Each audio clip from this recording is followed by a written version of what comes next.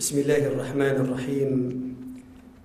الحمد لله رب العالمين، وأشهد أن لا إله إلا الله وحده لا شريك له، وأشهد أن محمدًا عبده ورسوله. السلام عليكم ورحمة الله وبركاته.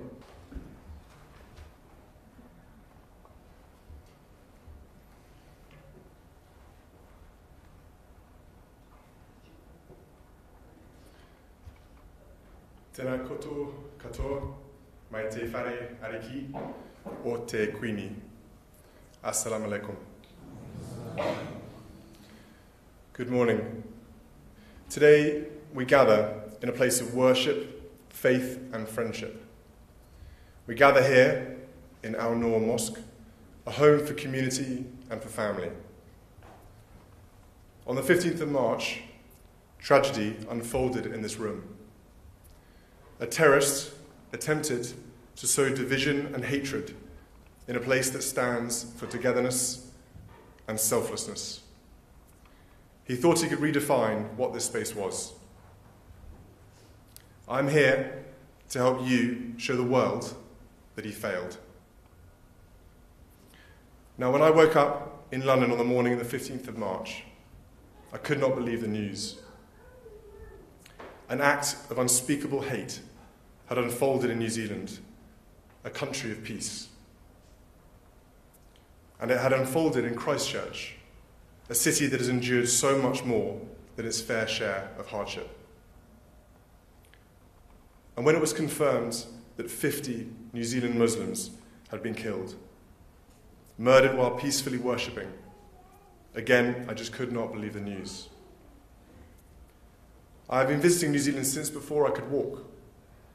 I have stood alongside New Zealanders in moments of joy and celebration.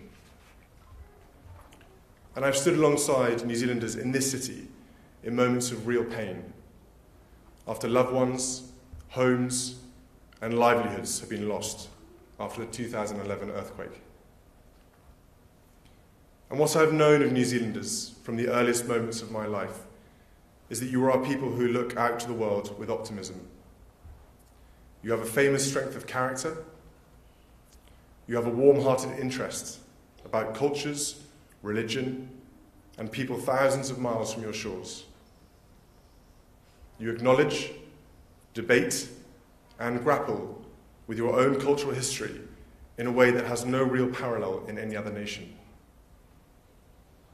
So again, I could not believe the news I was hearing on the 15th of March. A country that seemed to be bucking global trends of division and anger looked like maybe it too would fall victim to those intent on promoting fear and distrust. I have no doubt that this is what the terrorists had hoped for. But New Zealanders had other plans.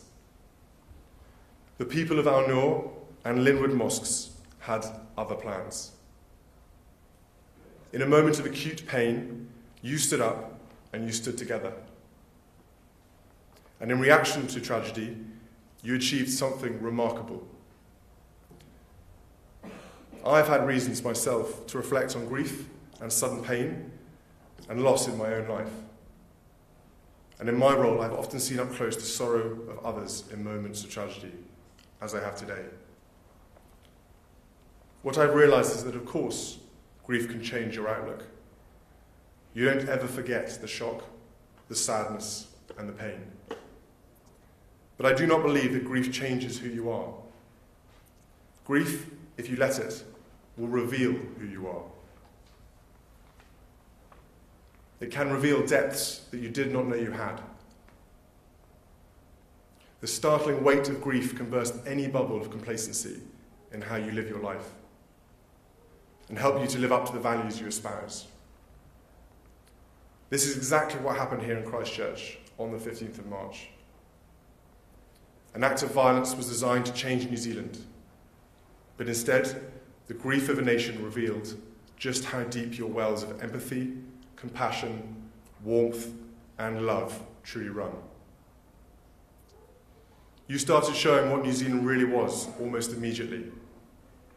On the road outside these walls, people pulled their cars over and started caring for the victims, even when they did not know if it was safe to do so. Your neighbours opened their doors to those who were fleeing the violence. Your first responders apprehended the killer and immediately worked to save lives in the most challenging of circumstances. In the days that followed, thousands of bouquets of flowers filled public spaces in this city, brightening the darkest of moments. Your Prime Minister showed extraordinary leadership of compassion and resolve, providing an example to us all. Imam Gamal Fouda, you displayed wisdom and grace that is almost unthinkable given what you witnessed with your own eyes. Your words in the days after the attack moved the world. Your reminder that the victims needed to be remembered both as Muslims and as New Zealanders showed the grief revealed to you to be a man of great wisdom. You could not have been more right when you declared that this country is unbreakable. On the map, New Zealand may look like an isolated land, but in the weeks that followed the 15th of March, the moral compass of the world was centred here in Christchurch.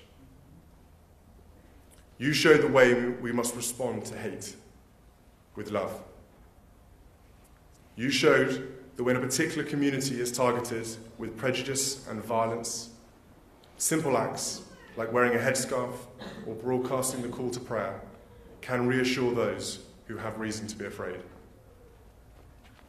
You showed that an attack designed to divide a society against Muslims only brought us all closer to our Muslim friends. The Muslim community showed the world the true face of Islam as a religion of peace and understanding. I was very moved by the stories of the great distances that your friends and families travelled to support you in your time of need, even when your previous connections had not always been frequent. They travelled here to support you because you were family, and that is what families do. They drop everything when it is needed. People of all faiths and backgrounds can learn a great deal from how the Muslim families affected by the 15th of March attacks rallied around their loved ones. The example provided by New Zealand will prove to be of enduring value to all nations. What happened here was fueled by a warped ideology that knows no boundaries. The world is rightly united to fight the extremism that has made sorrowful brethren out of cities like New York, Paris, London and Manchester, and that has taken so many lives in Sri Lanka in recent days. And so too we must unite to fight the violent brand of extremism that has led to fatal shootings in a church in Charleston, South Carolina, and in a synagogue in Pittsburgh, Pennsylvania, a van attack on the streets of Finsbury Park in London, the murder of an MP in West Yorkshire, and now so many deaths in 2 mosques here in Christchurch. Extremism in all its forms must be defeated. The message from Christchurch and the message from Al Noor and Linwood mosques could not be more clear. The global ideology of hate will fail to divide us.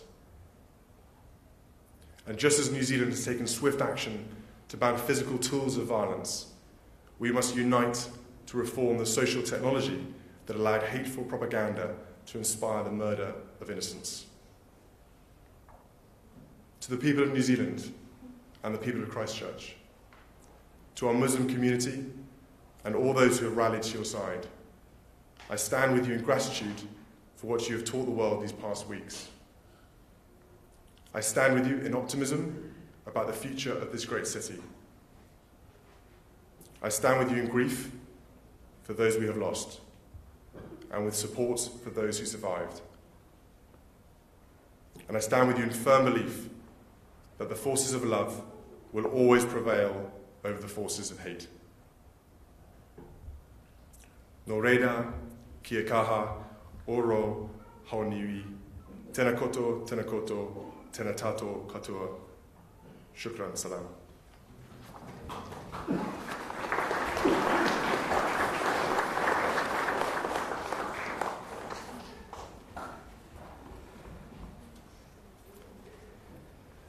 Thank you, Your Royal Highness, for these words of wisdom. We feel honorable by you coming to us and mentioning our names. Your coming here tells us that we matter. And as I said in my speech, New Zealand is unbreakable. You remember this one? New Zealand is unbreakable. And we love this place. We love our Prime Minister. We love New Zealanders. And we love this place. And this place loves us. So thank you very much.